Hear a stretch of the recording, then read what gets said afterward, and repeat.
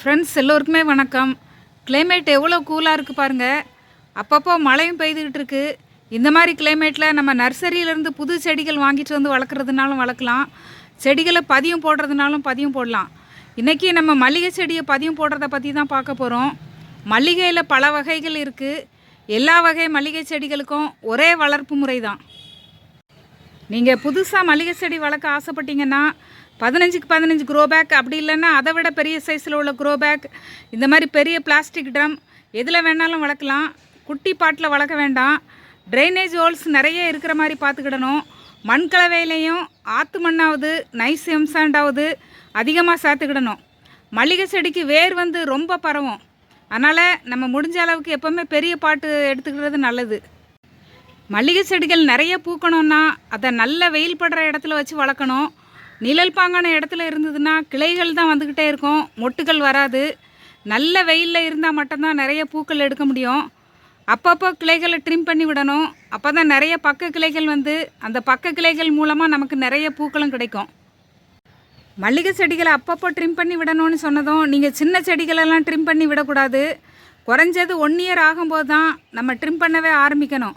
அதுக்கு முன்னாடி நம்ம ட்ரிம் பண்ணோன்னா செடி வந்து சின்ன சைஸில் இருந்து போகும், அது பெரிய அளவில் வளர்ச்சி அடையாது. இப்போ நம்ம பார்க்குற இந்த மல்லிகை செடி கரெக்டாக 1 இயருக்கு முன்னாடி நம்ம சேனலில் பதியம் போட்டது. இந்த மல்லிகை செடியும் நம்ம அங்கே பார்க்குறோம் பார்த்திங்களா, அந்த மல்லிகை செடியும் ஒரே மல்லிகை செடி தான். 2 மாதத்துக்கு முன்னாடி நம்ம ஊர்லேருந்து கொண்டு வரும்போது இதை 2 க்ரோ பேக்லேயே நான் பிரித்து நடவு பண்ணேன். 1 வருஷத்துக்குள்ளே மல்லிகை செடி இந்த அளவுக்கு பெருசாக வளருது. அதாவது 2 செடியும் சேர்த்து ஒன்றா வச்சா எவ்வளோ பெருசாக இருக்கும், அந்த அளவுக்கு வளருது. இப்போ கரெக்டாக ஒரு 1.5 மாதத்துக்கு முன்னாடி இந்த மாதிரி கிளைகளெல்லாம் கட் பண்ணி நான் பதியம் போட்டேன். நான் ஆரம்பத்தில் சொன்ன மாதிரி எல்லா மல்லிகை வகைகளுக்கும் ஒரே வளர்ப்பு முறை தான். நித்திய மல்லி, ஜாதி மல்லிகைக்கும் கூட மல்லிகை மாதிரியே வளர்ப்பு முறை தான். நம்ம நர்சரியிலேருந்து சின்ன செடி வாங்கிட்டு வந்து வீட்டில் நடவு பண்ணோன்னா அந்த செடி ஆரம்பத்தில் அமைதியாகவே தான் இருக்கும்.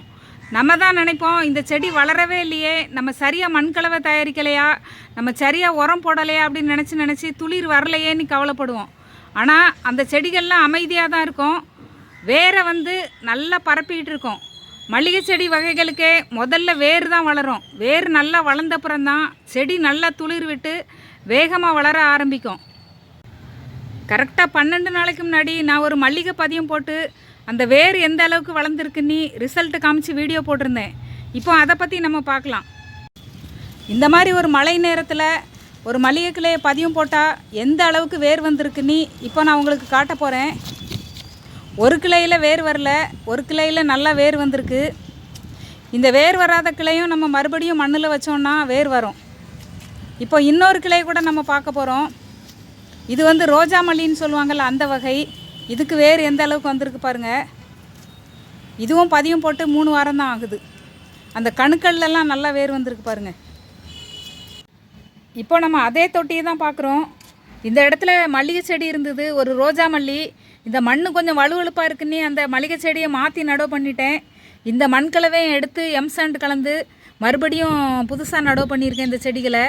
நம்ம பார்த்த மல்லிகை செடிலாம் இங்கே இருக்குது பாருங்கள். இந்த பக்கம் எடுத்து வச்சுருக்கேன் அப்போவே. இப்போ எடுத்து மறுபடியும் வேறு எந்த அளவுக்கு வந்திருக்குன்னு நம்ம பார்க்கலாம்.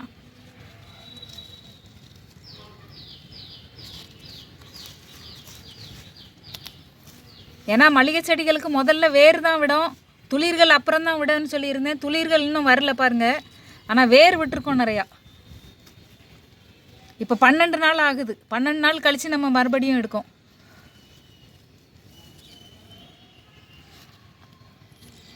இங்கே பாருங்கள் எந்த அளவுக்கு வேர் வந்திருக்குன்னு பாருங்கள்.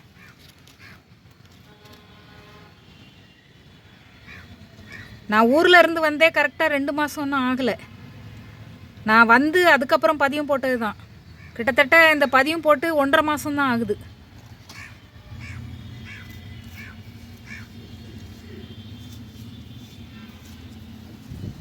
இந்த ரோஜா மல்லிக்கு வேறு எந்த அளவுக்கு வந்திருக்கு பார்ப்போம்.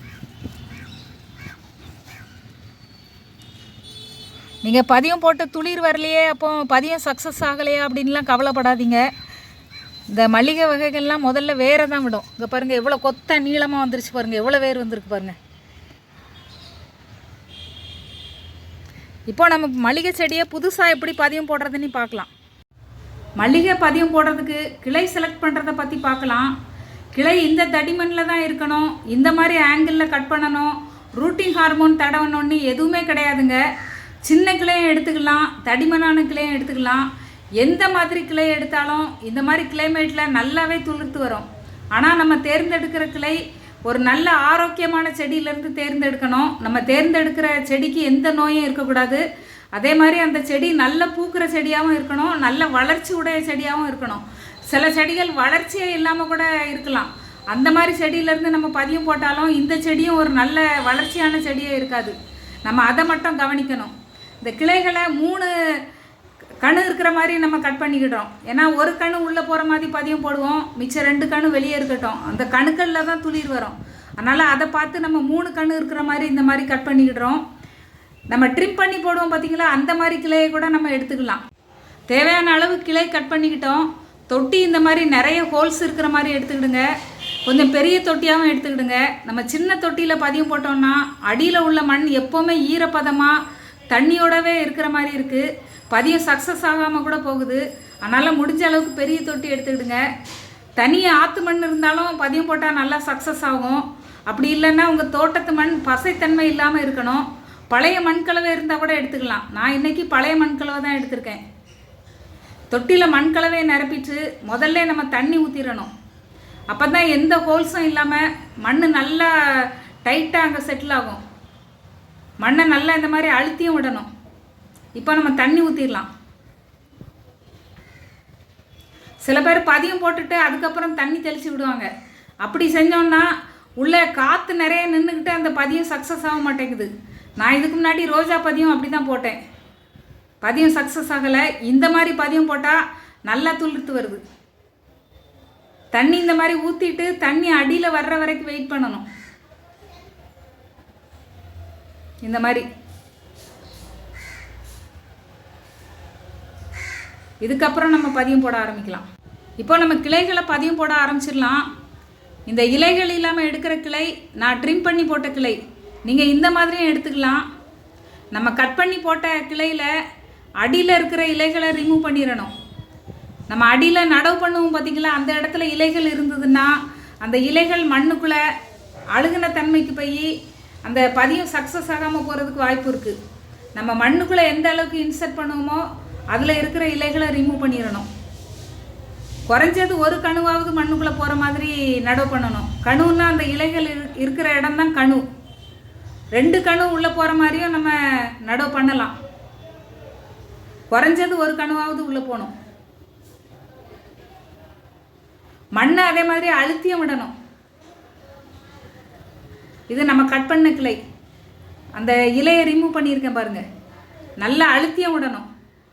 மண்ணுக்குள்ளே ரொம்ப காற்று நின்றுச்சுனாலும் வேர் விடாமல் பதியம் சக்ஸஸ் ஆகலை. எல்லா கிளையும் இதே மாதிரி நம்ம போட்டுடலாம் பதியம்.